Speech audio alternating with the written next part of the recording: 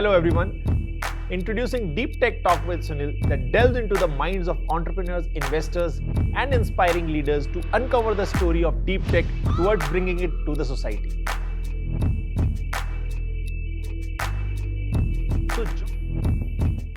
Hi everyone out there.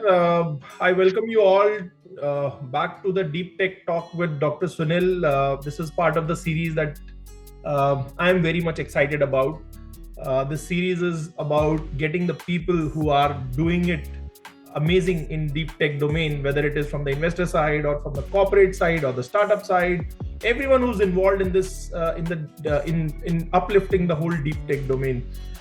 In past, we have brought in people who have built and sold deep tech sustainability companies. We brought in people who are investing aggressively in emerging in deep tech startups. This time we've gotten someone who's part of one of the most exciting domain. I would say I'm personally very much excited about this domain and little unexplored for a common person, but yeah, in recently we all have been hearing about it.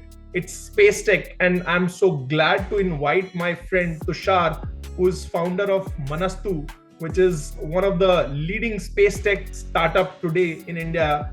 And let's not confine them to India, because they are a global company. They are a global startup working with external stakeholders also. And we will learn more about it. I'll pass it on to Tushar for now to introduce himself. Tushar, we all know you as founder of Manastu, but we want to know a little more about Tushar as an individual, and of course a bit about Manastu also, because the whole conversation is going to be about around Manastu and what you guys do. And yeah, over to you. Thank you, Dr. Sunil, for this wonderful opportunity. It's fun and it's always a good experience to talk to the young people and the people who are looking to enter into the field and share some experience. Even one person gets some benefit, that's mission accomplished for the next 1 hour or so. So that's basic agenda, basic intent for us, for especially me to come onto this kind of podcast basically. Coming to about me, coming to the irrelevant part of me, so which we started Manastu in 2017. Before that, I was in DRDO building jet engine for cruise missile for 1.5 years, 2 years. Before that, finished aerospace engineering from Mumbai. There we studied for 5 years, and then going back before that, I'm from Nasik basically. Born and brought up and studied till 12th in Nasik.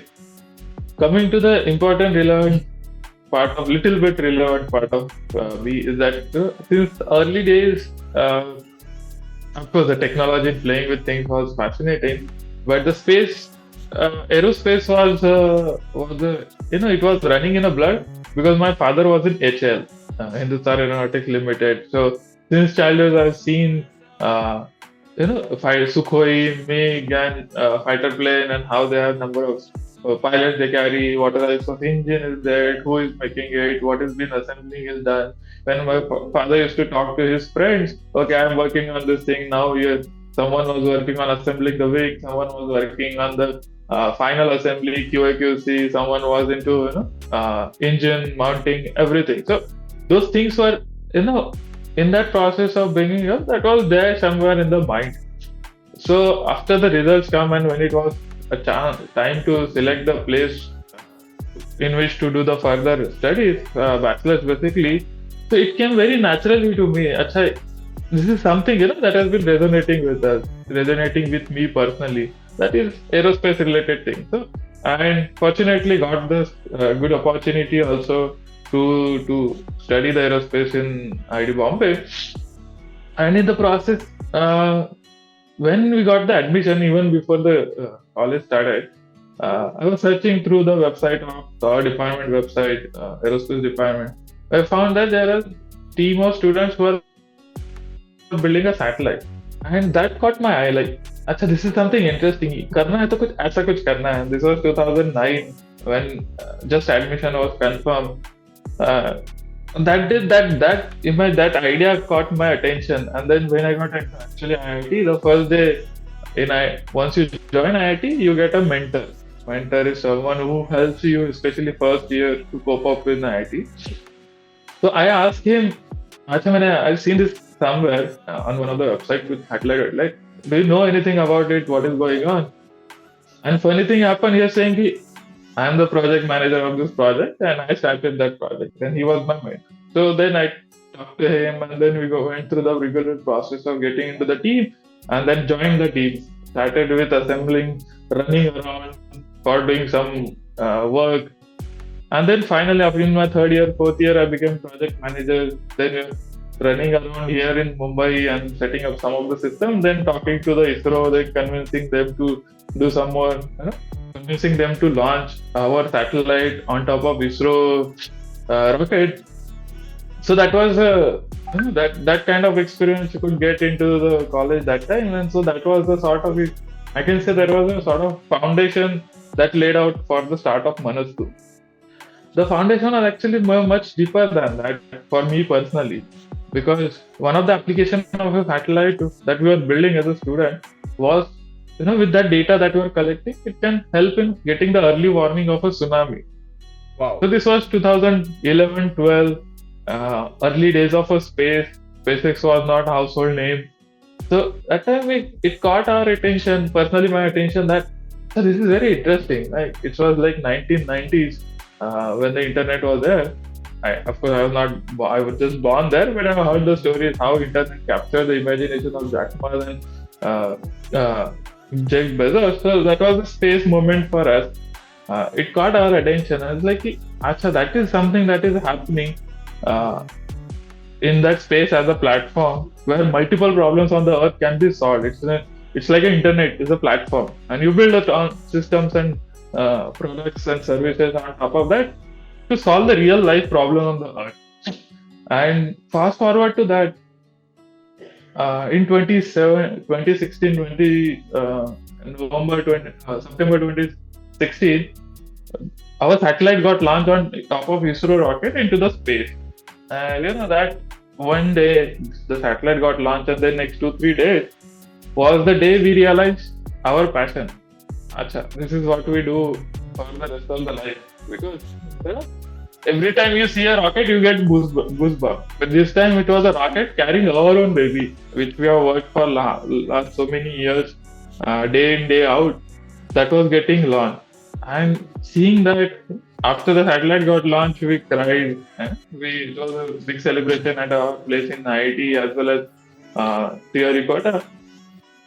So that moment, we will not trade even for the multi-billion dollars, dollars, because for that experience is what led to the foundation of Manastu. So this was 2016, and then Manastu was founded in 2017. So this passion of building something and then sending it into the space, and then you get a natural high, right? And then this purpose of building something in the space to solve the real problem on the earth, that when married together is when Manastu Space was born. And you can see whatever me is, the Manastu is, personally, it's a reflection of who I've been. For that matter, every company is a sort of reflection of the founders and the founding belief. And for us, it's nothing different from that.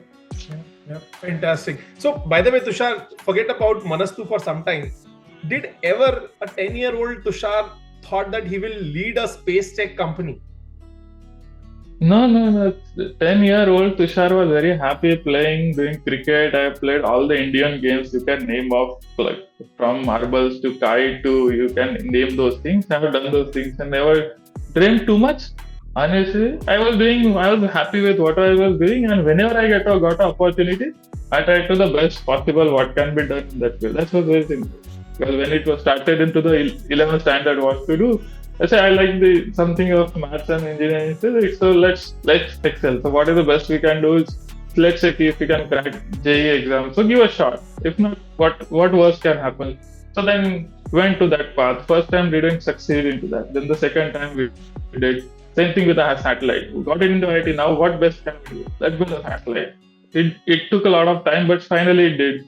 Then what is the next best thing you can do? Is so personally didn't want to do any corporate job, so either a government job or the startup. So I did got the opportunity to the government job that didn't work out exactly the way I planned. So I said, let's do the second option. And what best can you do is follow the passion. And so then Manastu happened. So it's keeping things simple has been the focus of all the things that we do personally. Yeah. Simplicity has been the key for you. Absolutely. Especially when you're operating in a domain which is a little complex. Absolutely. See, there's a difference between complex and complicated. Things are complex. We should not make them complicated. Yeah. Unnecessary ideas and barriers. So, now, Tushar, because I spent a lot of time with the VC community, in my limited understanding, your brainchild Manastu is today one of the most preferred choice of investment for all those who want to be part of the space tech journey. How does it feel as a founder? An accomplishment, or it's a additional burden on the shoulders? Frankly speaking, it's one of the things that happens in the journey. That investor wanting to invest, okay, that was never the target. That the wanting to invest in. I'll be more happy. Of course, that is a sort of a validation that things are going in the right direction, and not just for the Manastu but whole ecosystem. And that shows that things are moving for better in terms of the investment side. Personally, if you ask me if that is a lot of validation, a good feeling, yes, definitely it is a good, because the journey has been very tough for us. I will prefer happy investors, whoever is on the journey, as much as more probably a happy team, happy customer, automatically investor will be happy. So that will be my focus in the alternate team and then the customer, because the team works with the customer. Very, very rightly put forward, Tushar. Now, Tushar, of course, Manastu companies like Manastu, Skyroot, these guys, you all have actually given a very different realm to the whole, especially the fresh graduate community today. Because now people have started realizing that, boss, it can be done. I can do it. If these guys are doing it, मैं भी कर सकता हूँ यार. मतलब, why not to give it a shot? And I've personally experienced it. Some of the in my interaction with some of the third year, fourth year graduate. These people have also started exciting, and people have started building that inner confidence that, boss, we should try, because people are doing it, we can do it. Because earlier it was always seen as something which is only meant for entities like ISRO, NASA, and the various government setups and all. Now, I have a very very basic question to you. Every startup goes for fundraising, and you have also gone for it. As a space tech founder, because I don't know how much an investor is able to add to a space tech portfolio apart from money, what are your qualifiers when you start penning down what are the what should be the ideal persona of my investor, my somebody who should I work with? Right. So, answering the first part of question, it was not so much of question, just continuation of those things. So, yes, it feels very, that gives a more satisfaction that people are now, we are the sort of at least 0.5% of reason that people are able to dream. So, it's a sort of a hope for the people. So, that is one very important criteria for doing meaningful work personally, and from our side we have very whoever is doing a space startup specifically, so we are all the gates open in terms of the helping whatever from our side to help them, nurture them. So it's not just our goodness or anything like that. We feel that is our responsibility as much as.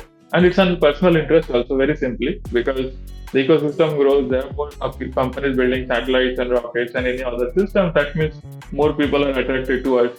India as well as the more talent is developed. So it's in the interest of all the ecosystem. So we do that. We help as much as possible. But if someone comes in with an advice, if they are starting up, uh, then we caution them well. So I'll come if we get into this topic. I'll discuss that separately.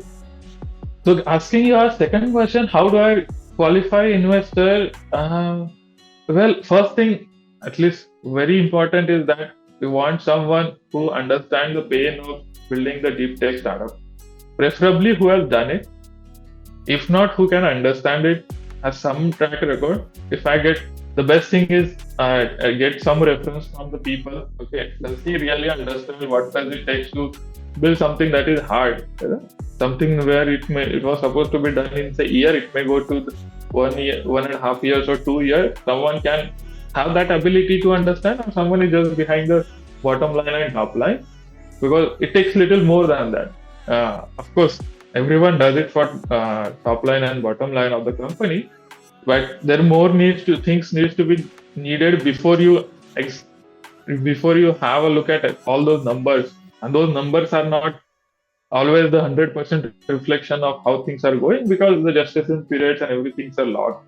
So qualifier, very simple, someone who can so I also try to see the investors do that, the airport logic or airport model, that if you're stuck with the founder on the airport, can I have an interesting conversation? I do the other way around. If I'm married or someone because investor relation is like your co-founder relation is like your wife relation. So more or less you'll on the long haul journey, and you have your own interest, but the larger interest is everything spreads from the larger interest as the company grows. So in that way, if you are willing, can you spend some time with the investor? Can you discuss the difficult thing? Can you openly share those things with them? If you have that connect, that is one important thing. Second important aspect I will say is that what are the values they are bringing? Some investors that we are having, we are working with, are not able to invest a lot more, but they can bring in a lot of values in terms of their network, their connect with the other companies, as well as the deep understanding of some of their own areas, which we can interdisciplinary, we can share that knowledge. So that is another kind of investor. So one part is a VC investor, another is the strategic investor. Even the angel investor plays a very, very significant role early stages to connect to the right people at the right time. So that what values do they bring on the table, and then the third thing I'll say is that get the feedback from the founder. How startup for founder friendly are they in terms of when things go south? If everything is going north, then things are okay. I mean, but someone who has gone south and has that's not the reality. Yes. So how they have cope up with the process is the third parameter I'll check for that. And then of course how big a kitty they have, so that they can invest in the future round. That plays a very significant, because if investor does not follow up in the next round, that it goes red signal to the incoming investors, because then why have they not invested if they don't believe in it? So that needs to be thought of, seen beforehand itself. Tushar, for I want to continue with your point which you dropped in between. Now to those who are now planning to start up, right? Who have been observing this space as a, I don't know whether as a student or as an industry expert, who want to now start the journey. What is your advice? First advice, if you are expert, the biggest mistake you can do is to assume you are expert if you are starting a startup. If you are a student, biggest mistake you can do is assume that you cannot do, or you are at the disadvantage. So you need to be humble in both the cases. Very simple to start with, because space is very unforgiving. Okay, for that matter, startups are unforgiving, and when it goes to the space, it gets even more unforgiving in terms of the time, in terms of the money, in terms of option of failure. So there is no option. You don't get the option of a failure, because cost is very high. Time for that failure is also very high. So you don't get to do too many of those things uh, again and again. So that is the one important thing. So second, even before doing that, if someone says that okay, I'm interested in doing the space startup, my first advice is don't do it. Don't do it because it's really, really, really hard. And if you have a very high threshold of a pain and you really, really want to do it, then only do it.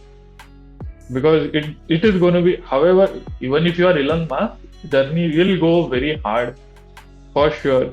We're not Elon Musk, so we need to have that extra pain taking ability to handle that pain, extra pain when things are not happening.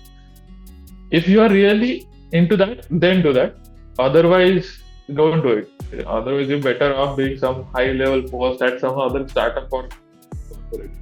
But if you jump into it, then don't look back, because then you will not be the same again. Things will be very different in terms of what you will need to do, what you will be, and even at the things, if the things goes worst, you'll be much better person, much different person in terms of experience, skills, ability, network than you have started. So even if you close down in say 2 years or so, and if you are into say at least minimum 7 years of all, if you are in it, then do it. Otherwise, don't do it. There is no quick wins in the space for sure. You can't build an app in say 3 months and then launch it and then you get 1 million subscribers in next 1 year by doing SEO and all those things. It's a hard thing. You need to do really hard way. Customers are very difficult to crack. But the good thing is once you crack it, they will be with you for a long time. So there is some upside, there are some downside.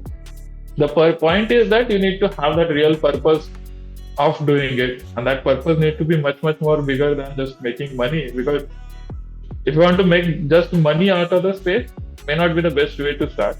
You can better build a say SaaS software or something else. If you want to do something more than that and really passionate about it, then do that. Then you can come to me or anyone else. We are happy to help, more than happy to help. If you want to find more crazy people like us, so that we are not so much of alone in the journey. So thankfully, whoever is really interested, things are getting really interested. So one things are internal factors that you can control. Another factors are external factors that you are not able to control. Thankfully, those factors are aligning now. Let's talk about the investment. The people are really now talking about the space as an investment. At least not too many, but at least one or two bets, and that too early stage, especially series till pre-series A level startup.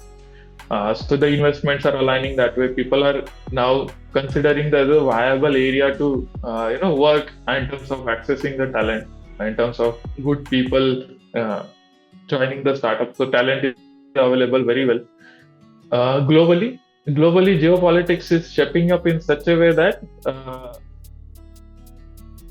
the world is looking towards India in terms of the bigger scheme of geopolitics thing, as well as for the space-related development that is happening. And what we can offer to the world is very important, because the cost and the time probably, well, definitely the cost and the quality that ISRO has set up the standard of, we can definitely leverage and build on that. So that is a hard work that ISRO has done. So we don't need to prove our credibility. So sometimes in the defense we need to do that to prove the credibility. But the space people don't question that much in terms of, as a India, can you do that? So thanks to ISRO, that has all hard work has been done. And so we can leverage that when we are going internationally. And people are from outside investors now are seeing towards India investing in India in terms of a space, and we have seen very good investments till now in some other startups, and we are also having some foreign investments going forward in this upcoming round. Another factor that is one very big in favor right now, as you can see, stars are aligning. One of the stars is that the Prime Minister has the Department of Space under his own umbrella. So Prime Minister has only, apart from PMO, he has the Department of Atomic Energy and the Department of Space under his own umbrella. So you can see for him it's very strategic and very important areas to have a personal interest and the personal guidance. So he's been very forthcoming, supporting startups, they're pushing them forward, and then the in-space policies, in-space establishment of space by ISRO, NSIL, then the space law is coming, is in the process, as well as a lot of changes in the data related policy in terms of the geospatial data. So a lot of factors are coming in. A lot more work needs to be done. So we need a lot more good quality entrepreneurs. Quality, when I say quality, means the people who have a real passion and people who can be in that game for long term and can take the country forward. Good does not mean anything in terms of education or anything. That is secondary. Yeah. So advice is that jump in if you really want to it. We are there to help you. Very simple, and things getting very exciting. Tushar, you brought in a very interesting point. The world, how the external stakeholders, or I would say prospective buyers outside the country are looking at you. I have a story to share. A couple of years back, I was speaking with one of the founder who's now a unicorn product company now, and he was telling me when they went to US and they started talking about product, that too using deep tech, AI, machine learning, NLP. The first reaction to the people there was, boss, you guys are known for services. Where are you getting into? That's not your territory. So the first barrier for the Indian founders was to change the whole mindset that, boss, you can expect quality products. More importantly, you can expect quality product from a naive gentleman coming in from a small country like India, right? Now, what has been your experience, especially when you are trying to sell something which is, I just can't imagine, from a regular product, a SaaS, deep tech SaaS product, and now I'm talking to someone who is into space tech. So you are at a very different, spectrum, end of the spectrum now. What has been your experience in doing those sales to those external customers? Right. So you brought a very interesting point, and I'm always focusing when I'm talking to the team, my own team, and other people. Even before we say any complaint about any other external stakeholder, I think we have done a lot more injustice to our own talent and our own people and what we can do. You might use the small India. We are never a small. We are one of the oldest civilization. It's what we have put in our own mind that we are small. So first, for us, Manastu, that was never the case. I mean, it's like no one has told that we can't sell it internationally, so we didn't have to even, that was not even a thought that we need to break that barrier. There was no barrier to break. So for us, so first we need to do justice to our own startup, our own people, that we are one great people who can do a great stuff as par with anyone else in the world, because the top CEOs running the top companies are our own people. So if we say that we cannot build it, it's very, very injustice to that. Most of the people from our country has gone and built those same products that they are so proud of in US and Europe. So we do very, very bad injustice to our own talent, our own startups and products. If we say that this is this thing, we can't control what other people say. Okay. Coming to selling something, SaaS was a challenge, and then what about the deep tech? Well, the good thing that is happening is that especially the space tech community is small, and they never had that barrier that, only you are a service company and you are not a product company, so we'll not buy it. I'm not seen that mindset with any of the startups that we are working with. So we are working with the startups who are Series A, Series B funded from these developed countries in terms of the space, who are the advanced space program. So we have never seen that angle, that how from India you can build it, because we have seen the precedence, right? We have send things in Mars in first attempt. We have such a successful launch vehicle. These things. Now we are saying that we are sending the astronauts. So the barrier that we can build a great product in terms of space tech was not so much of question. The question that we always get into how fast we can build what we are promised, and how in what time we can in terms of what cost budget you can complete them. So that has been our question, how quickly. The problem that we face with our customers and that in general is that they have a great access to the infrastructure in terms of testing, in terms of getting some work done manufacturing wise, that we face the challenge. So when it comes to dealing with those kind of a customer, the question comes in terms of timeline, in terms of the quality, in terms of achieving those numbers. That we are now with more testing, our own supply chain in India, more and more people are being helped by ISRO, DRDO as well as the startup to build products and services to support the startups, what startups are building. So that ecosystem has been created as we speak, and work has been done for quite some time, but now it is growing rapidly. So developing things, indigenizing it so that we can have a better control on the time, better control on the cost. So that is happening. So what we need to see is that, and why it is playing that way, because software is much more older ecosystem than the space is. And space is, you can effectively see the big wave happening, especially last 10 years, since 2000, I'll say 12 or so. So the Planet Labs and the SpaceX were early. SpaceX is 2003, but they became a familiar name in 2012 or so majorly. So you can see mota 10 years is the space ecosystem, and we didn't let the ecosystem create that mental barrier, we are the services country or anything.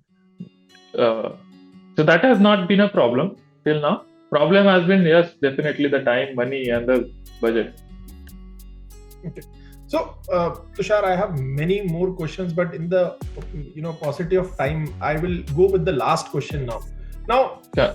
for a layman like me, we are very less exposed to the real opportunities that exist in this domain, and I'm sure the real space, this domain itself is massive and should be full of opportunities, because not much has already happened in this domain.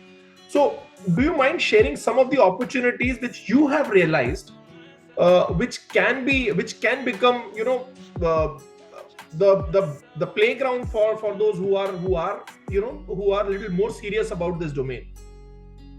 Yes, definitely. So put it into the multiple levels.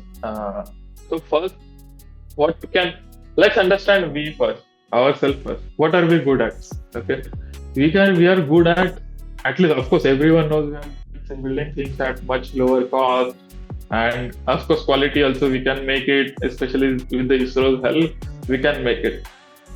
So now the question is, of course, we can build those systems and we sell it at a much affordable cost, maybe services or maybe the product.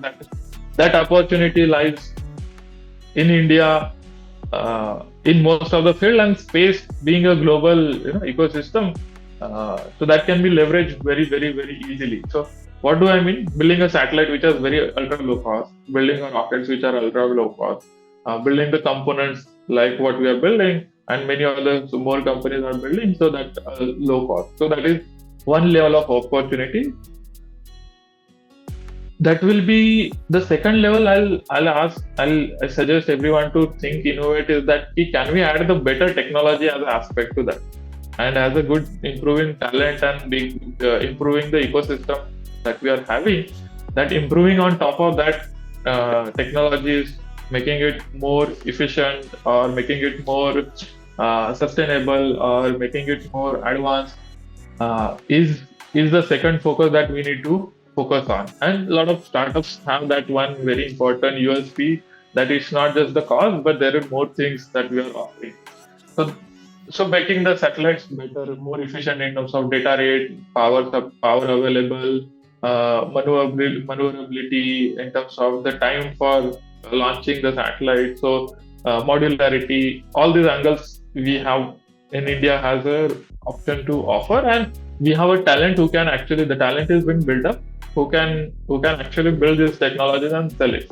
So it's just that we need to have that mindset to build into that. Apart from that, this is still, I'll say, little this to one or two extent as the immediate opportunities that I can see that in India that is available.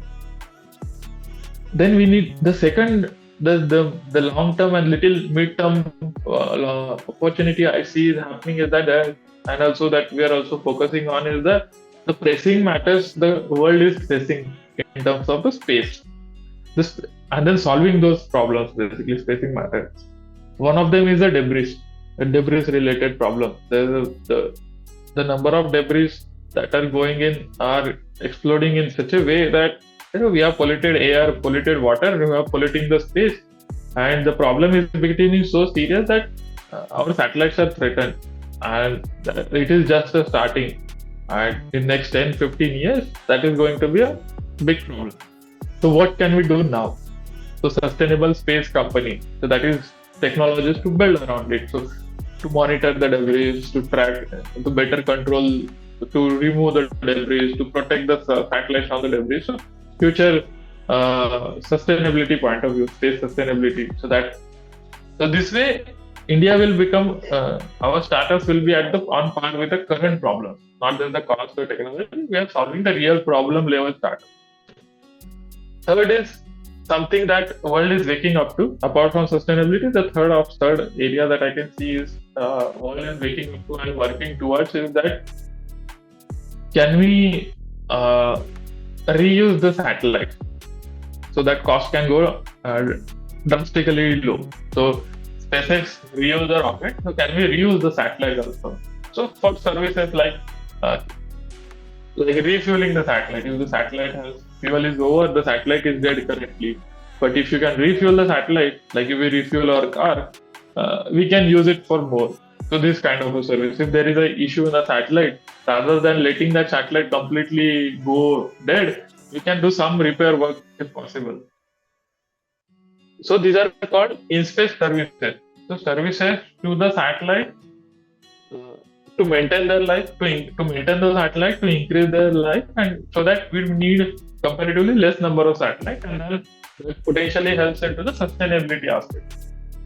So that is one angle. So it's called as when people are thinking about going to the moon and Mars, and then there are active efforts, and then definitely say asteroid mining and all going forward, say maybe 50 years down the line. So technologies are being developed today so that we can do the space mining in next 50 years or so. So one of them is like say in space manufacturing. So whatever the dust we have, the debris we have, or the raw material we carry from the Earth, rather than taking every part manufactured, we take some raw materials and do the 3D printing in space with the debris or the raw material that we are carrying.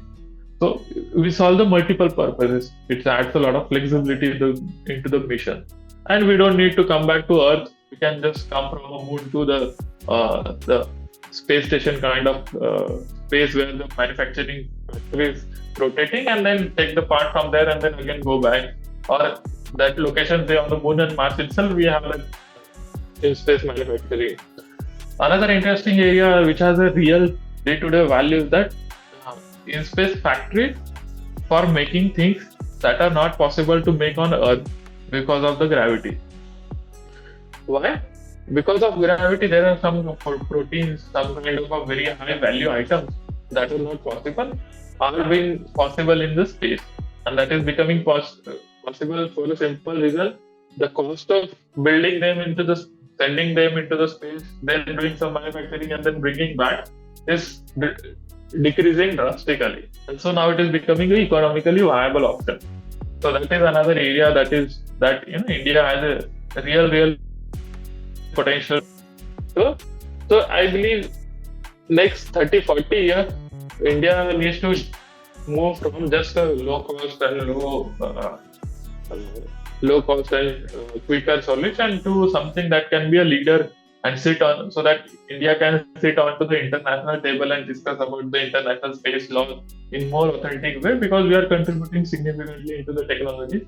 That's the future that we see for Indian startups and Indian ecosystem going forward in next say 30, 40, 50 years. Fantastic, great. Now this is amazing, Tushar. Thank you so much for sharing. I'm sure this is going to help a lot the audience which is going to be seeing this this video. Specifically nailing down on what are the areas that anyone can consider at the moment. Fantastic. Thank you so much, Tushar. I loved having this conversation, this whole flow, the whole chat, the kind of things you brought up, the interesting points that you brought up. Thank you so much. I hope you had a good time too, and we look forward to have you sometime again. Probably when with new updates from you, how Manastu is progressing, and in some time soon. Absolutely. Thank you, Dr. Sunil. This was wonderful talking to you. And of course, would love to have a word with you again sometime. And of course, with a much better, much more success and more updates going forward. Thank you so much. Thank you, everyone.